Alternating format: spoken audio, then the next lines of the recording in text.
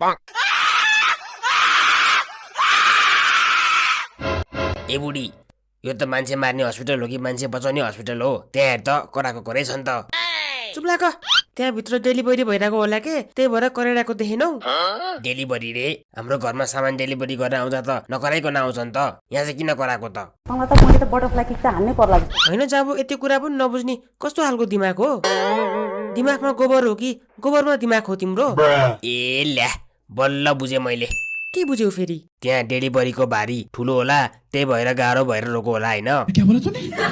ए पागल, त्यस्तो डेलिभरी भने होइन के, त्यहाँ बच्चा पाउनु लागेको छ देखेनौ? कसरी देख्नु त मैले अनि? त्यहाँ ढोका लगाइरहेको देखिनुहोस्, एकचोटि गएर हेरेर आऊँ त म। चुप लागेर बस त्यहाँ। एउटा जाबु ढोकामाथि लेखेको कुरा पढ्न सकेनौ?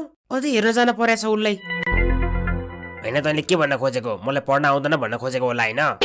तिमीलाई पढ्न आउने भइदिए भए उता लेखेको अघि नै पढिहाल्थ्यौ नि, त्यही त पढ्न सकेनौ। त्यहाँ नेपालीमा लेखेर रहेछ नि त, मलाई नेपाली भन्दा इङ्ग्लिस पढ्न आउँछ के? आयो खुब तिमीलाई इङ्ग्लिस। एउटा जाबो डेलिभरी भने थाहा नहुने मान्छेलाई अझै इङ्ग्लिस आउँछ रे। मेरो इङ्ग्लिसलाई चाहिँ पाइते नभन है। म पनि कुनै टाइममा एसएलसी पास गरेको मान्छे हो। पहिला पहिला गाउँतिर मेरो इङ्ग्लिस सुनेर सबैले मलाई अङ्ग्रेजी माइला भनेर बोलाउँथे। कफ नदेऊ, त्यति बेला चाहिँ इङ्ग्लिस बोल्न आउने, अहिले चाहिँ नआउने हुन्छ कहीँ? आउन त अहिले नि आउँछ नि, तर अहिलेको इङ्ग्लिसमा र त्यो बेलाको इङ्ग्लिसमा धेरै फरक भयो के, त्यही भएर नबोले मैले। इङ्ग्लिस भने चाहिँ जाने एउटै होइन, कसरी फरक भयो? पहिला पहिला हाम्रो पालोमा पानीलाई वाटर भन्थे, अहिले के भन्छन् थाहा छ? अनि अहिले नि वाटर त भन्छ नि? होइन नि, अहिले त वाटर भन्छ, वाटर। पहिला पहिला बोतल भन्थ्यौँ, अहिले बोटल रे बोटल। अनि एउटै कुरामा यति धेरै फरक भएपछि कसरी बोल्ने मैले इङ्ग्लिस भन् त?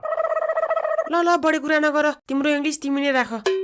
मै त राख्छु नि मेरो इङ्ग्लिस। मैले राखिनँ भने त फेरि दारू खाएको बेलामा इङ्ग्लिस निकाल्न पर्ने हुन्छ, कहाँबाट निकाल्नु? त्यही रक्सी खाएको बेलामा बोल्ने त हो नि इङ्ग्लिस तिमीले, अरू बेला त बोल्न सक्नु पर्यो नि। ल ल सानो सोले बोल, धन्य यहाँ कोही छैनन्।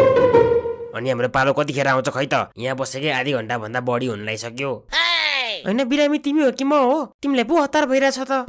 होइन के, ऊ त्यो हामी छिर्ने कोठामा कस्तो राम्री नर्स रहेछ, यसो आँखा लगाउँ भनेको खै पालै आउँदैन।